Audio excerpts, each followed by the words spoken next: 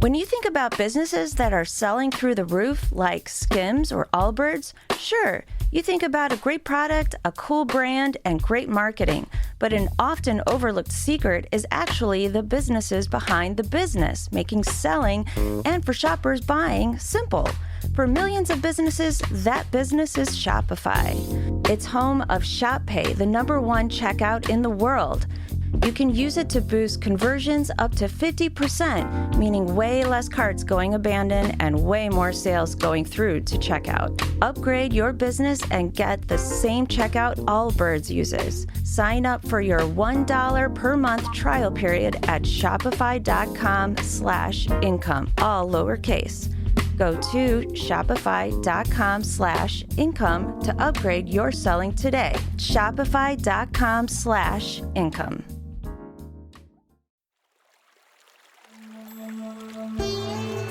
Hi everyone, I'm Deb Flashenberg. Welcome to Yoga, Birth, Babies, a podcast produced by Prenatal Yoga Center. We will be diving into everything prenatal yoga, birth, and baby related, hoping to inspire, educate, and empower you through your journey into motherhood. Thank you for listening. Hi, I'm Deb Flashenberg, and I'm your host of Yoga Birth Babies. And today we have a community birth story. We have Allie Dunbar sharing her story. And what's special about this story is Allie came to class for quite a while in New York City, and she was a really intricate part of our community. And then she went home to Toronto to have her baby. And then soon after she left, I got a message from one of our current students saying Allie had her baby. And I thought, interesting, huh? She wasn't due for a while. Interesting. And so as the dust settled, I reached out to Allie to see if she would share her story on the podcast, and she graciously said yes. I'm really excited for you to hear Allie's story. Not only is she a wonderful storyteller, she is an actor, but there are some twists and turns, and she also talks about her time in the NICU. And she opens up about the support she received and how it was really instrumental in how she transitioned into parenthood. I'm really excited for you to hear this. Now, before we get to Allie's story, I should actually tell you a little bit about Allie. Sorry about that. So as I mentioned, Allie's an actor. So Allie Dunbar, she's an actor, a writer, producer, and entrepreneur from Toronto, Canada. And she lives in New York City with her soul human and husband, Hamish, and their amazing little baby boy, Monty. So before we get to Allie's story, I always love to give some updates about what's happening at Prenatal Yoga Center. So as I've mentioned in podcast after podcast, we have an amazing community, both in studio and online. So you can be part of that community. Check out our website, prenatalyogacenter.com, for our in-person and online classes. And Allie actually has taken some of our online postnatal classes.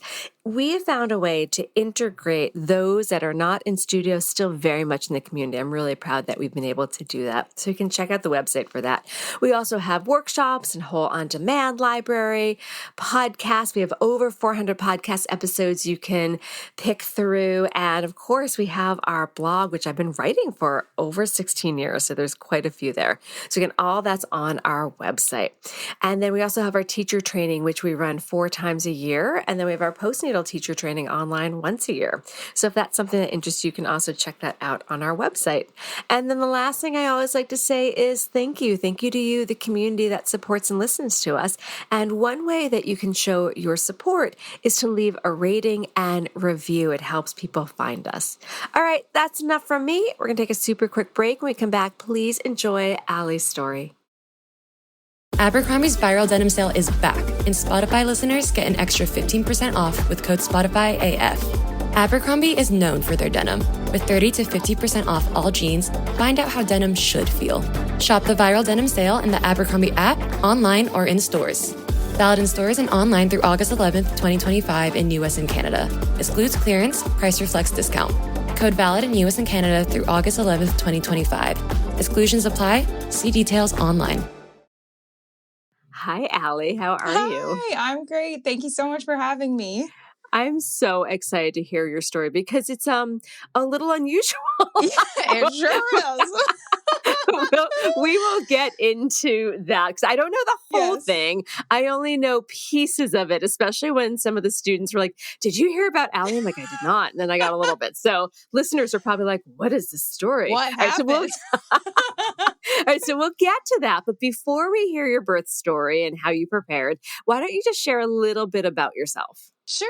So my name is Allie Dunbar. I am an actor, a writer, producer, and a small business owner, and a new mom to our little 3-month-old whose name is Monty. And I was born and raised in Canada, and my husband Hamish is a dual citizen, and I am a recent recipient of a green card, which is very exciting.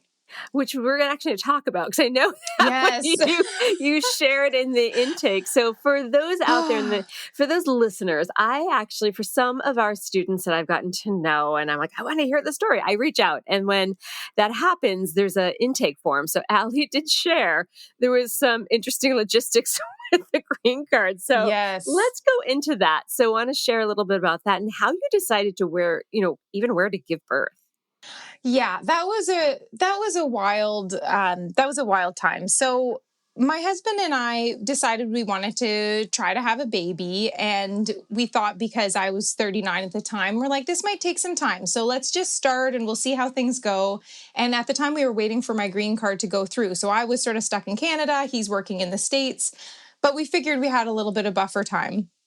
It turns out my green card came through after I had finished the first trimester, and I had already received care from this amazing midwife team in Toronto that I had started to become very close with. But we were so excited to get my green card. So we're like, okay, we're going to get to our bigger, more amazing apartment in New York. We're going to start our life here together. It'll be great. And we're going to find amazing care. We're in like the best city in the world for medical care.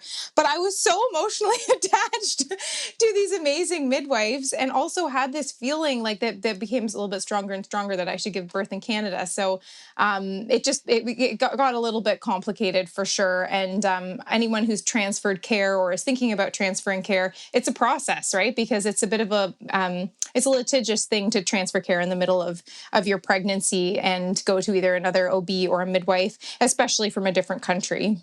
So did the midwives, were they okay? Obviously they did, but when you decided to go back to Toronto, were they still able to just accept you back into the practice? Yeah, I never left their care. I told them I was going to be, back and forth from the States, and I, was going to be looking into care there as well. And they had no problem with that. But I didn't actually sever care because I hadn't found someone that I was 100% like all in with for care in the States. So while I was sort of meeting people and found one practice and I was almost ready to go all in, my gut kept saying maybe Toronto, maybe stay there. And so I ended up leaving. I met with a midwife team in New York who were great. And, maybe if we have another baby, we'll go that route. But I just continued getting care here when I could and waiting for the perfect person to take us in New York, which didn't happen. Got it. All right. Yeah. Well, if you should decide back, if you have another and you're back in New York, I've got some names for you. That's amazing. Yeah. And really, I just think I've talked to so many people, especially at your yoga studio, who've had the most amazing experiences. But this is where I think that we try to, like with mom instincts and pregnancy instincts, sometimes, I don't know if you find this, but I try to sort of intellectualize why I'm having an instinct. And so my thought was, I'm really attached to these people. Really, the people that I met with in New York were amazing. And if I had met them at the beginning of pregnancy, it would have been totally fine. But I was meant to give birth here. And I think my, trying to rationalize it a little bit was me saying, I'm just really attached to these midwives. Meanwhile, everybody who I met in New York was wonderful too. So yeah. And as we hear your story, I think will become more apparent why. Yeah. All right. So let's talk about, how did you prepare for your birth? So when I first found out I was pregnant, I was very excited, but also completely terrified about actually giving birth, which I'm sure is pretty common. So I would just sort of joke about it and just be like, well, the baby will come out one way or the other. And my husband was like, yeah, maybe we should talk about this a little bit. And then my pregnancy got a little bit complicated actually within that first trimester, my thyroid crashed and I found out I had thyroid disease and my platelets were a bit wonky. And because of that, I found out I might not qualify for an epidural. So my going into pregnancy thinking, okay, well, you know what, I'll get an epidural and it'll be fine. And my adrenaline will kick in and I'll come out the other end. That kind of got taken away from me, which I'm really glad about, because then I started to research and learn, and I actually stopped being as scared. So the thought for me was sort of maybe don't look at it, and the thought for me was maybe don't look at the birth, don't think about it. And that actually made things a lot worse. It made it scarier. And once I learned that I probably wouldn't qualify for an epidural, I started looking into hypnobirthing. I bought like 10 hypnobirthing books, started them all, which was, maybe just read one of them. That's my advice to pregnant people. Don't buy 15 books and like start reading all of them, because then you won't get the full circle. So yeah, I started a hypnobirthing course with my husband online, which was wonderful.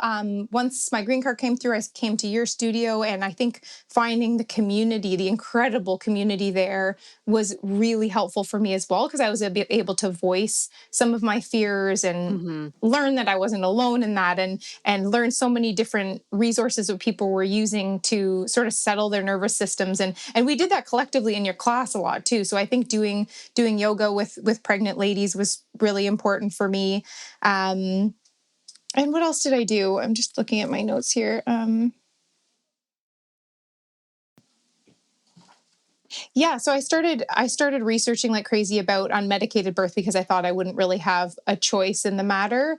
And yeah, all of the stuff that I was learning, the beginning of hypnobirthing, like all of that made me feel a lot better about birth, which was wonderful. I really love that you mentioned the importance of community, because for several months, a lot of the themes that people brought into class was anxiety. And there was something about voicing it to other people, and then other people like, yes, I think it's really validating, but then to focus on how to ground yourself and then everyone supporting that, I also think is important. That's one thing that, not to tout our own toot our own horn, but like community is, I think that's one of the differences I think somebody can experience in moving away from the fear. Yes. And moving forward into confidence. Absolutely. And I think if you're not lucky enough to live in New York City and you're listening to this, you can start community, like find whatever place is available, whatever center, whatever, and just start a little WhatsApp group. That's what happened at your studio, and it has become this incredible, I can take zero credit for it, but I'm really reaping the benefits even now. A lot of us get together with our babies and go to Central Park and hang out, and you can do that anywhere, because babies are everywhere, and pregnant ladies are everywhere too. So how big is the WhatsApp group now? It's over 200 ladies. Yeah. Oh my goodness. I absolutely love thinking about that everyone is just supporting each other. That makes me so happy. Yes. All right, so I want to get into your birth story, but we're going to take a super quick break. And when we come back, I'm basically going to hand over your mic, because it is a wild ride. So. It is. Buckle up. All right, we'll take a quick break. We'll be right back. Hey, it's Paris. You know I love sparkly things, right? Like stars. Duh. And thanks to Hilton and AutoCamp, I just slept under them. Picture me serving looks by the fire outside my luxurious Airstream, making s'mores with the kids, while a national park is our backdrop. The great outdoors meets Hilton hospitality. That's hot.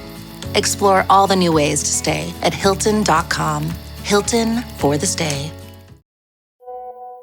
On WhatsApp, no one can see or hear your personal messages. Whether it's a voice call, message, or sending a password. To WhatsApp, it's all just this. So whether you're sharing the streaming password in the family chat or trading those late-night voice messages that could basically become a podcast, your personal messages stay between you, your friends, and your family. No one else. Not even us. WhatsApp. Message privately with everyone. Okay, we are back. So it was funny. As I was preparing for this conversation, I was just organizing some stuff, and I was looking through some old studio pictures, because, I always do the leader of the pack pictures. Yes. And I found the picture of you on your last, it was like you were, 30 36? No, 33. 33 weeks. So Yeah. you were 33 weeks. It was your last class, but you were with the others that were about to give birth. And it was Yes. just more like you were leader of the pack of the person leaving. And I'm like, oh, there's Allie. And that was kind of your leader of the pack in a way, because we'll hear the rest. So let's hear the story. Yes, I was the next one to give birth. It's crazy. So, okay. So, as I mentioned before, I was waiting on my green card and there was so much excitement about being in New York together. But I had this pull back to Toronto, and my husband and I sort of randomly picked a date that we would return to Toronto, which would be February 3rd. So we were really focused on, creating community and going to yoga and just nesting in our New York home while we were there. And as we got to the end of the time there, I came to your class, Deb, and I feel like on some level, you knew I would be the next to give birth. Spoiler alert, I was. And we took this photo of the leader of the pack, and Allie's going back to Toronto, and see you on the other side. And I gave a hug to all of my newfound community, from your studio. And my husband and I are both actors, and Hamish my husband, was working in Pittsburgh at the time on a show. So he was going to drive from New York to Pittsburgh and drop me off at Newark on the way. So we packed up the little apartment, and I put the little Snuggle Me Organic on the couch and was like, oh my goodness, we're going to return with our little baby. And he dropped me at the airport, and I got on the plane and I pulled out my journal and I wrote to our baby and said, okay, it's you and me, bud. We're going back to Toronto. Now we can just chill. We can relax. We're just going to be in our tiny little Toronto apartment. And can't wait to meet you. Got a few things to do, just a little chat to the baby, which I had not actually done before. The plane landed. I go back to our little apartment. I looked around. The apartment was absolute chaos, right? We had left it in a bit of a state, and it was very adult, and a very adult apartment. It didn't have any of the nesting that I had done in New York. So I sort of looked around the apartment and was like, I'm just going to deal with this tomorrow. I'm exhausted. Called my mom, had probably the longest conversation on the phone I've ever had with my mom, which is really strange, and went to bed. And rewind a couple weeks, I had started having cramping in the middle of the night at like 4 a.m. consistently for a few weeks. And I called my midwives from New York and said, I'm having a little bit of pain, but there was no bleeding and it was kind of pretty normal. So we didn't worry about anything. So I wake up 4 a.m. as per usual, not concerned about it, having a little bit of cramping. And I went to the bathroom, and I noticed that I had turned on the light in the bathroom, which I hadn't the last time that I had gotten up, and noticed that there was a little bit of blood on the toilet seat. So I felt pretty nervous. I know lots of people have a little bit of blood in pregnancy, but I hadn't at all. So it sort of stressed me out. Called my midwife, and then there was a lot more blood. So she said, meet me at the hospital where I plan to give birth. And the rest, it was sort of a blur the next little bit. I'm like, okay, my husband is in New York. What is going on? Is the baby okay? Am I in labor? I can't possibly be in labor. I'm only 33 weeks. It was to the day. I think I was 33 weeks. I looked around the apartment. I had this very sad excuse for a go bag that mostly just had like chocolate and a phone charger in it. And I'm like, I don't need that. It's fine. I'll just take the phone charger and my water bottle, and I'll go to the hospital. And something in me said everything's going to be okay, but it was very stressful. So I tried calling my husband. He didn't pick up. I tried calling my sister, who was my sort of standby birth partner until my husband got there, because we knew there was a possibility that when I went into labor, Hamish would be in the States and would have to fly or drive to meet me. But it was so early that nobody had their emergency ringers on. So I'm just like, okay, it's me and the Uber driver. Here we go. We're going to get to the hospital and everything's going to be okay. And I got to the hospital. My midwife was there, and she gave me a big hug. And she looked at me in the eyes and she said, we're just going to figure out what's going on. And she took me into triage. And that's when they did a test, which was basically a swab that they can do to find out whether you're going to give birth in the next 2 weeks. And it's like a protein that's released, I think, by the baby when they're going to be coming. But you have no idea of knowing if the test is positive, at what point in those 2 weeks the baby is going to come. So they do that swab. I'm calling my husband. I'm trying to figure out what's going on. And then she checks my cervix, and I'm 1 centimeter dilated. And then we got the test back, and it was positive. So I was in early labor. It's such a crazy blur to think about that whole that whole chunk of time. That all happens within an hour. The OB that was on duty then had to take over from my midwife because of the complications of the early labor. And my midwife stayed with me, actually, which was amazing for a long time. I think she stayed for 8 hours or something. Wow. She was like your doula. Oh my gosh, she was. She is she's Monty's fairy godmother. That's what we call her. She's goodness. just like this incredible human. So she held my hands and she looked me in the eye and she said, "Your baby is coming. It's going to be okay. And your baby's going to be in the NICU for probably a month." And I think that was one of the hardest parts of the whole thing, because after I, got out of denial of the fact that I was going to give birth and started researching and everything, I was so aware of the different ways that birth could go, but I did not really consider that the baby could come this early.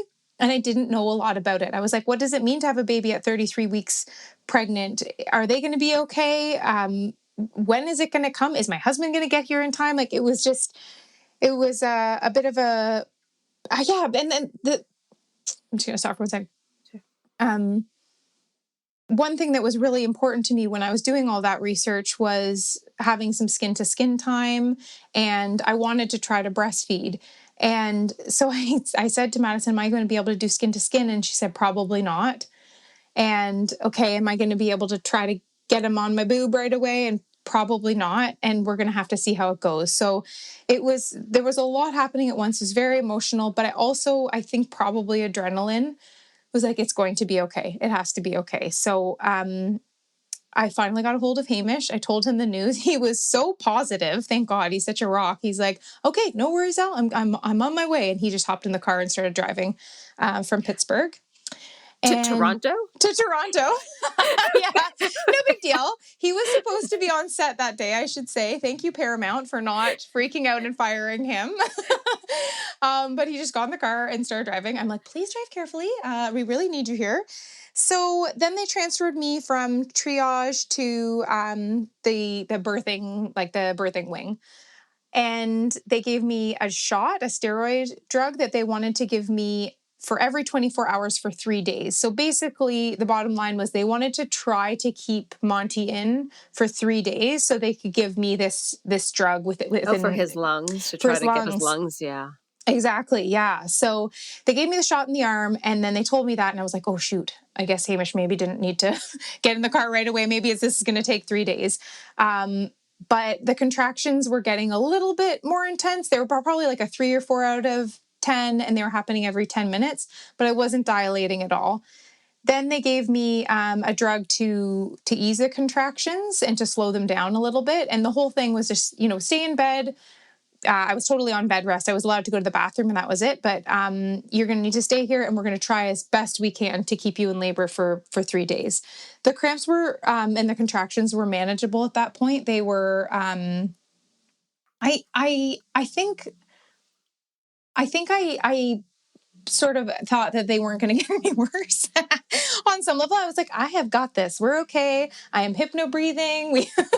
We're going to be fine." But they stayed the same for a long period of time. So I think that's why I sort of thought this is just going to happen and eventually the baby will come.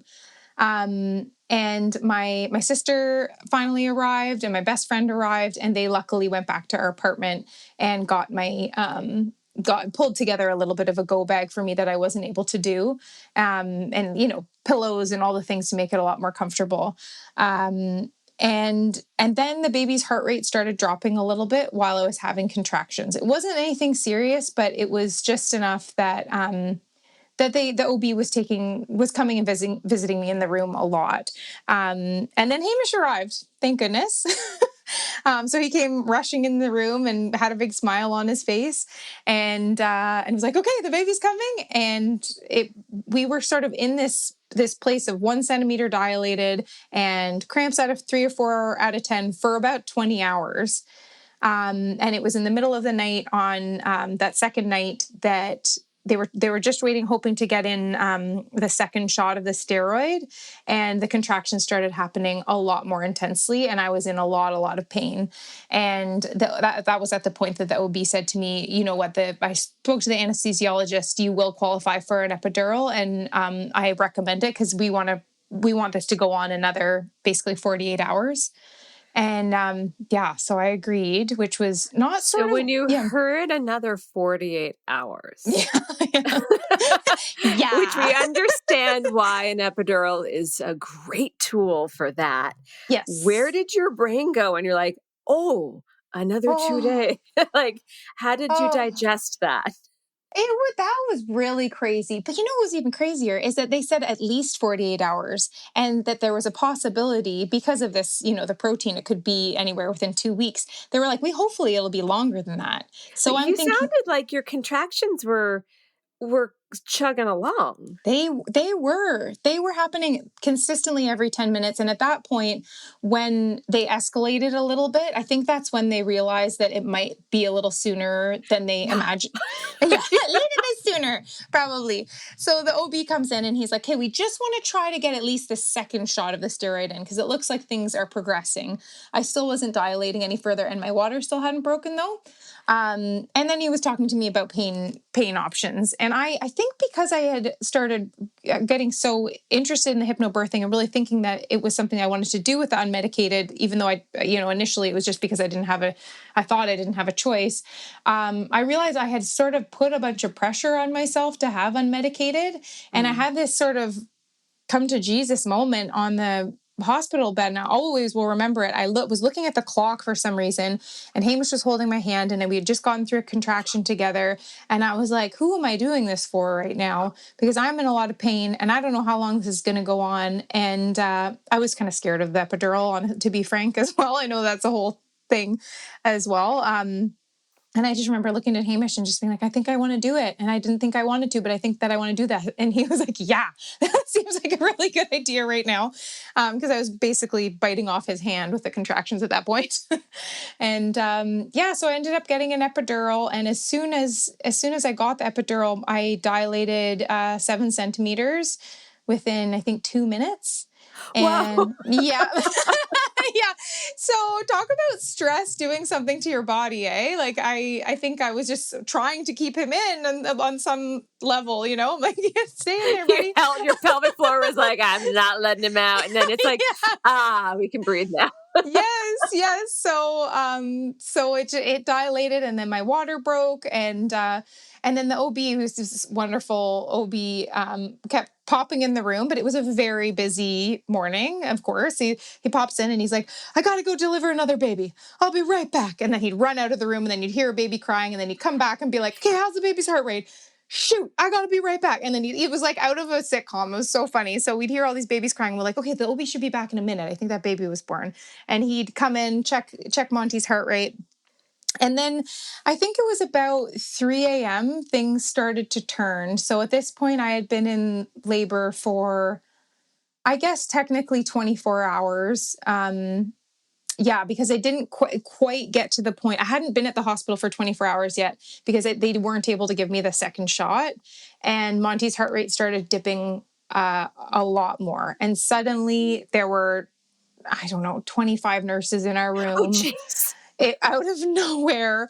And someone was prodding my stomach like crazy. And the OB's like, we need to go for emergency C-section right now.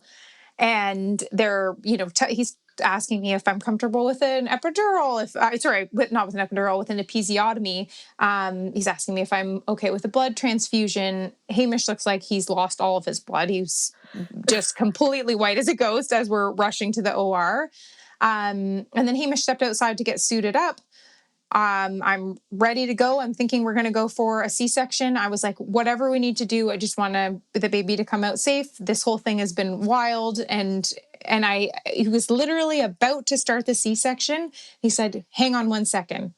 He looked inside, he looked in my vagina, and he said, we're going to try to push. I was like, okay, great. Let's do it. And they were all yelling, push with your butt. And I'm like, what butt? I can't feel any butt. But they're like, just bear down, just all the pressure you can give. So I think I was mostly coming out of my face. I was just like, push. And they, gave me an episiotomy and used forceps, and little Monty came out. And he was so small. He was just, 4 pounds and 5 ounces, and he got to come on my skin just for a quick second.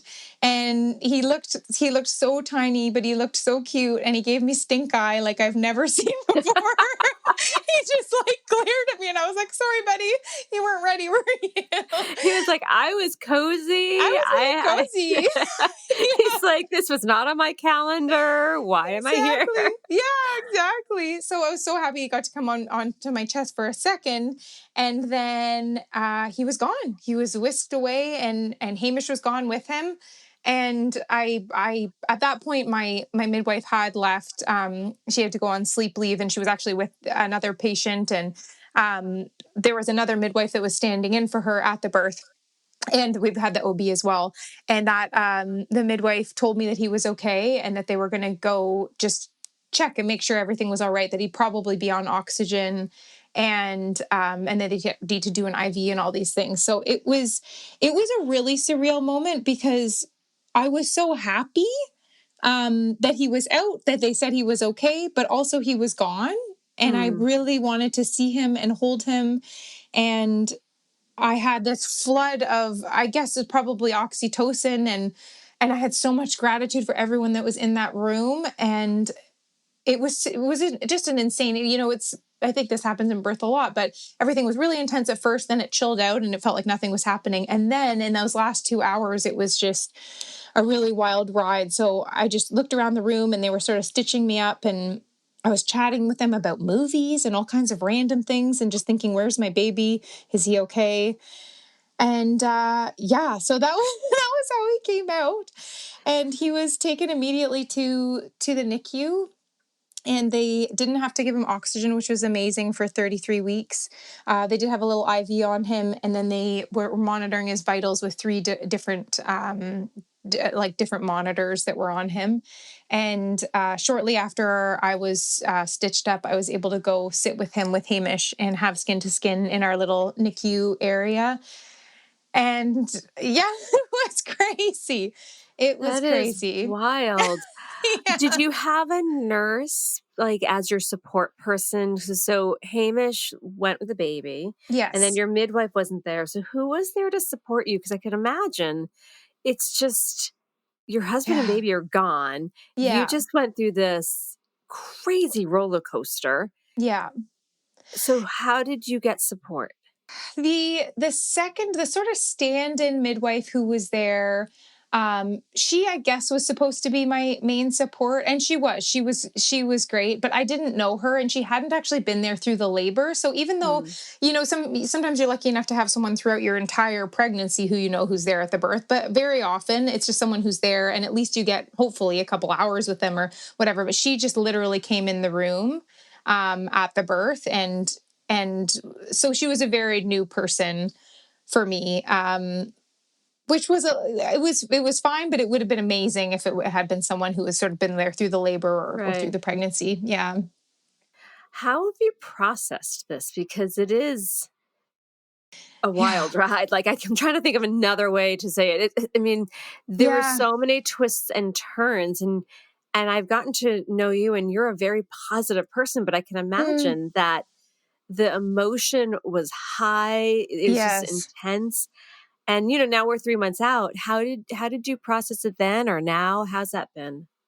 Yeah, I think the processing is still happening. Like when I was preparing for this, I was looking through and remembering certain details and that I had sort of put out of mind. So your body's amazing. I think things come to you in layers when you can handle them sometimes. But I immediately after was really, beautiful and incredible to be with our little baby, but was really hard too, because he was so little and we were in the NICU, which is, especially when you first get to the NICU, it's kind of traumatic, or it was for me.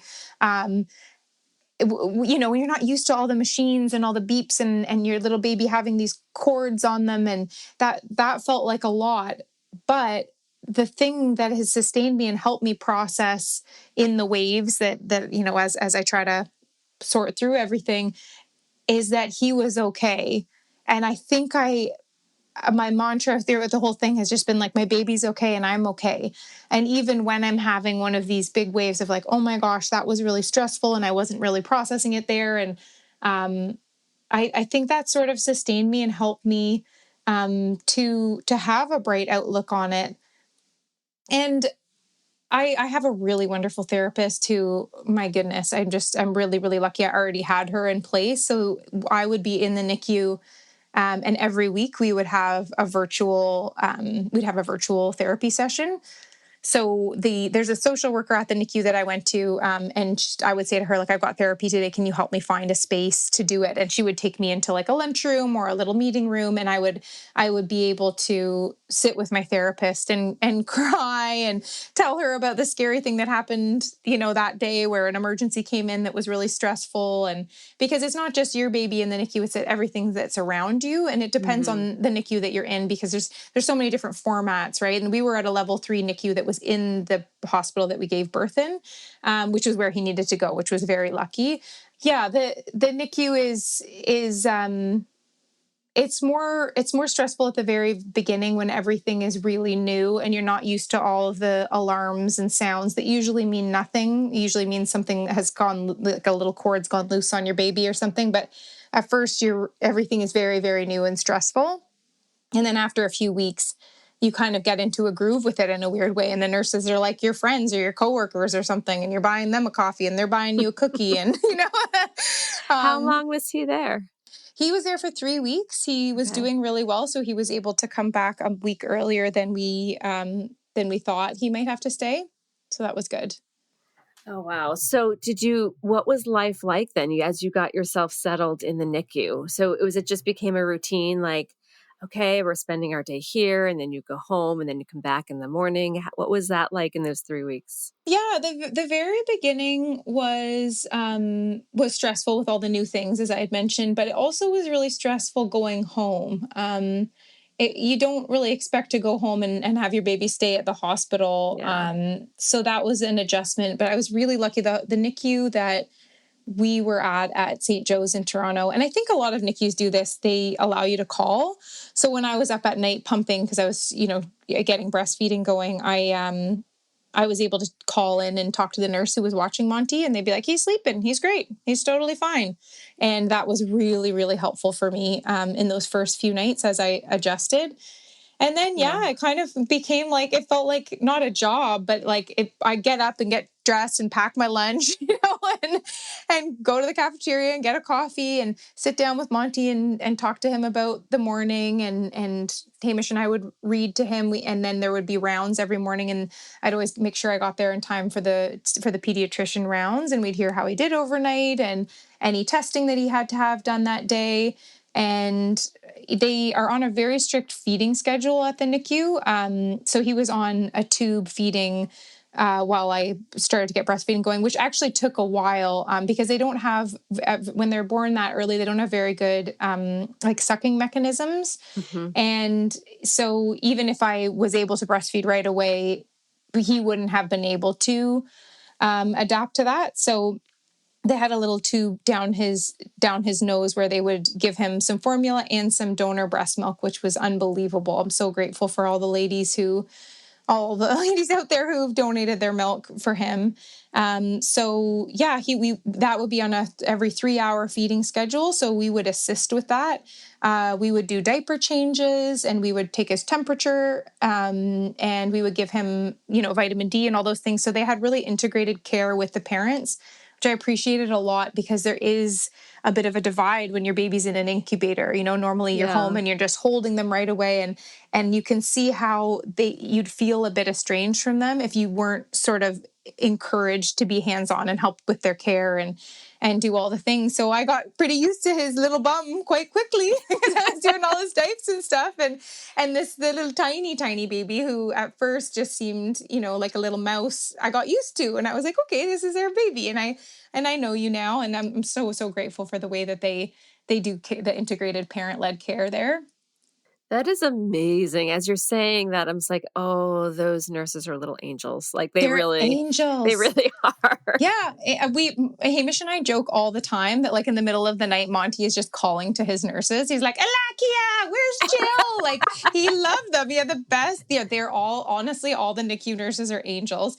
They also have this amazing thing at St. Joe's NICU where they have because going home is a stressful thing. It sounds really weird. All you want to do is go home No, with your I can baby. imagine because if you got Yeah. used to that support and Yes. your baby's still probably, 3 weeks later and he was born at 4 pounds. What was he, maybe 6 pounds when he came home? Yeah, something like that. I think maybe 7 or Still something. Like he really was little. really little. Yeah. And you got used to a certain way of supporting him, and then to take him home, I could imagine, like, as much as you wanted it, I could imagine, like, oh, now we have to do this ourselves. Yes. And I've talked to parents who didn't have NICU time who feel like that too. So I think that's in it. It just sort of exponentially, you're feeling that way even more because when you have a preemie baby, the doctors are always like, well, they're a little bit higher risk for this and that and this. And you're like, I don't want to know that, but like, thank you. I need to know that. But it just sort of escalates your anxiety taking home the baby anyway. And then you're used to looking at them. And if you're worried about them, you just look up at the monitor and you're like, oh no, their oxygen's great. Everything's good. You can see all that stuff. So one very, very cool thing that they have at this NICU is they have two mini apartments off of the NICU where when you're about to go home or when they think you're ready to go home, they invite the parents to pack a bag and stay overnight with their babies, and they take the babies off all the monitors and they go in this little apartment and then they have a night to themselves, but they still have the nurses right there. So That if you're is like, amazing. isn't Oh it my gosh. I amazing? hope all NICUs incorporate that. That is amazing. I What a know. wonderful transition. Oh, it was so helpful. And you can choose whether you want to stay one night or two. So you can literally have 2 nights of a little sleepover party at the hospital with your baby. And that was so helpful. And I honestly can't even say how helpful that was for me mentally, because then I knew he had gotten through a night without all the monitors, without all the cords. And the only thing I needed to ask the nurse at one point, we had Jill, who was like our favorite nurse. And we're like, Jill, should he, in the bassinet, should we set him up like this or this? It was like just a like logistics of how he was sleeping question. She's like this. And that was it. And I was like, okay, we're ready. We didn't need to go to her and say, oh my gosh, is he breathing? Or is this happening? Like all the stressful things. It was okay. And that's a thing too. Like when you go home, just want to say to anyone, if their baby's in the NICU, they're going home because they're ready to go home. Right. And that they want to be home and they want to be there with you. And I think you're so used to them being in the hospital that you think they're supposed to be in the hospital, but they're not anymore. They're ready to go home. And that's something that someone said to me, and it was really, really helpful. Oh, thank you for sharing that. So how has the transition been into motherhood now that he's home and things are more settled? It's been good. I think having that first couple nights at home, Hamish was home with me, and then he actually had to go to finish up that shoot that he had to leave set for. So I had my sisters come to visit, and they stayed with me for a couple nights, and that was amazing. And I've just like a lot of really great support here too. My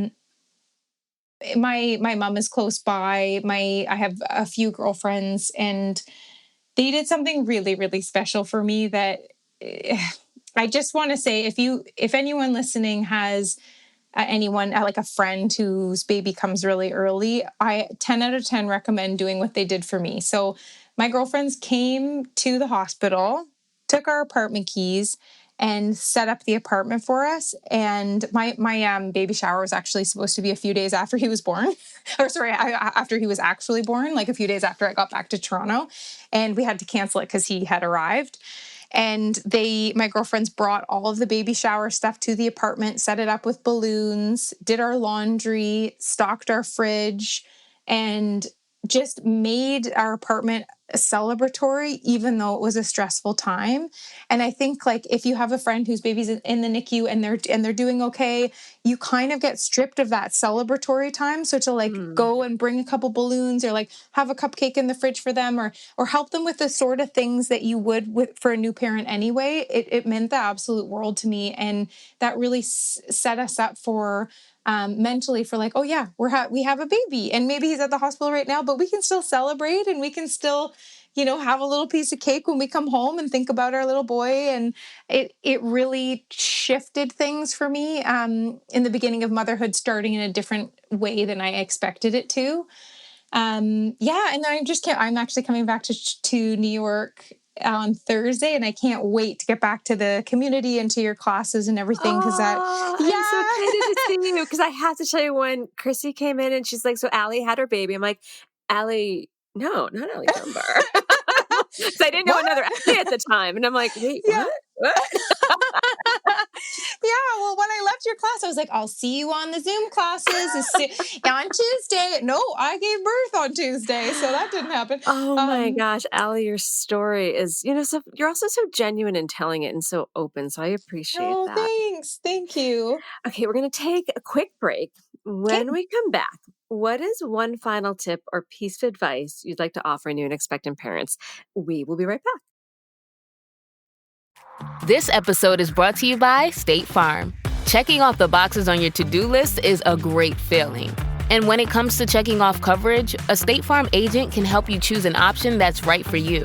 Whether you prefer talking in person, on the phone, or using the award-winning app, it's nice knowing you have help finding coverage that best fits your needs. Like a good neighbor, State Farm is there. Okay, we are back. Now, I actually think you've given some amazing tips, especially for NICU folks, but what is one final tip or piece of advice you'd like to leave us with? I think as a fairly busy, and I'm really lucky in my life. I work in the fields that I want to work in. I have a business, and I love acting, I love writing, I love producing, and I'm a pretty busy and active person in my work. And I was really nervous about what that transition would be like, to sort of take a pause on things. And I think my advice for new parents would just be to remember that it is a pause, and that being with your baby and connecting with your baby is the productive thing in this time. And I've had a few days, and I think it was when my thyroid was a bit wonky, and it turned out I went from hypothyroid to hyper. That's another podcast, but like it was, I just had a bit of extra adrenaline in my system. And the result of that was I was trying to do my old job and my new job. And my new job being take care of Monty, right? Like, and my old job, I was trying to write all these emails and made an unrealistic to-do list for the day. And I thought that I could do all of those things, and I should be able to do those things.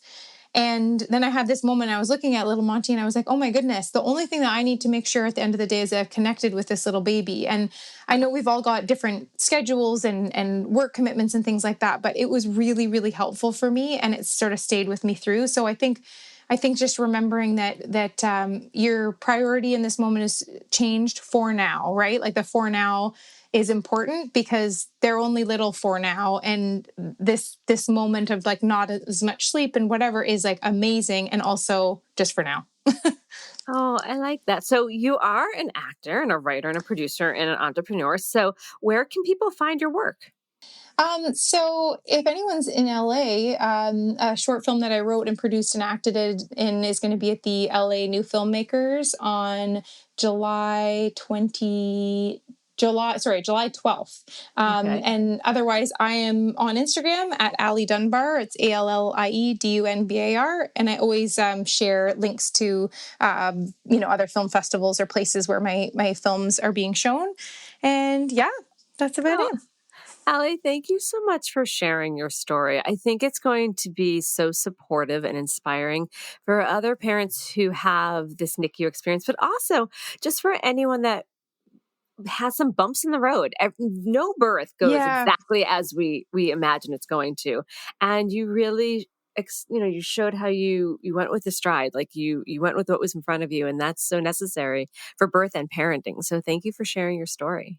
Oh, thank you so much for asking me. And and thank you for the space to help me to prepare for birth, like in so many ways, so many ways. Your podcast, your space in New York, it's been a game changer for me. So thank you so much. Thank you. This has been an episode of Yoga, Birth, Babies, produced by Prenatal Yoga Center. You can catch us on Facebook, Twitter, Instagram, and Periscope. I'm Deb Flaschenberg. Thanks for listening.